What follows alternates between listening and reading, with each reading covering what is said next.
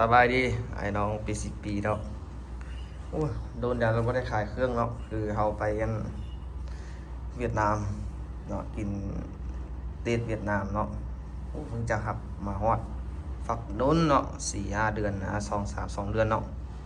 มื้อนี้เราเฮ็ดคลิปนี้ก็บอกลูกค้าว่าให้ลูกค้ารู้ว่าตอนนี้เขามาลาวเด้อ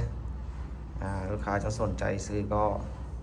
แซดเข้าทางเบอร์แอปของเราเด้อเดี๋ยวจะติดเบอร์แอปไปในคลิปนี้เด้อนอกจากลูกค้าเห็นนี่มันก็มีเก็บเสียง FR5 วาล์วบอกทู่กับเราเนาะเรานี่เป็นเราปฏิกรเด้อเราปฏิกรมันมี40กับ50เซนเนาะ35เซนเด้อให้ลูกค้าเห็นดูเกลียวข้างในมันเนาะอันนี้มันจังเป็น10 เกลียวเนาะเกลียวงามลายขายไปค่อยมีรับประกันเด้อทุกอย่างที่เราขายไปมีรับประกันกับเรานะมันจะมีจอแก้อยู่ปลายเรานี่เนาะตัวลูกออกนี่มันจะทำให้มันแม่นกว่าเนาะมันเข้ากลุ่มดีกว่าสิ่งมันเกี่ยวสิ่งมันงามกว่าเนาะสิ่งมันแม่นกว่าทึกกว่า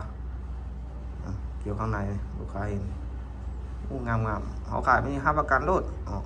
รับประกัน1 ปีค่าซื้อไปซ้าย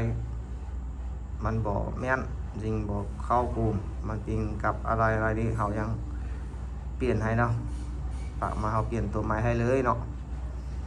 ซื้อกับเขานี่เขาจะแถมโอลิงเนาะนี่โอลิงอยู่นี่เขาแถมโอลิงนอก2เนาะข้างในเส้น1เนาะเขาแถมให้เลยเนาะ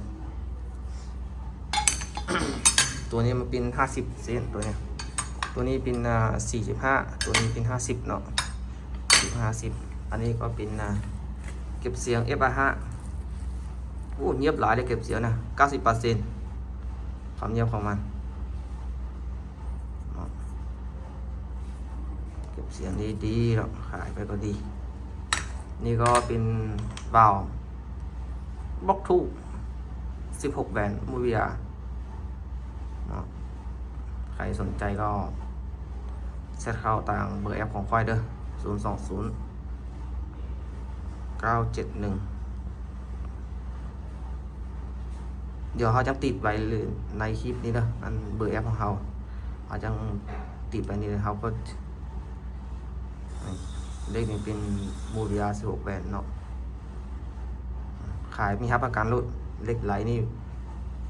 เราจะเปลี่ยนดอกเปล่าแกนดาวให้ข้างในคือมันใส่ของดีหมดของแท้แล้วสีน้ำตาลมดข้างในเนาะทำให้ดีใครอยากเอาราคาสูงก็ค่อยมีขายสูงเด้อขายสูงนี่ค่อยสูง20 เซนขึ้นไปเนาะเราเนี่ย20 เซนไปก็จะมีราคาใบและราคาสูงให้ลูกค้าทึกๆเนาะเอาไปขายต่อเนาะใครสนใจก็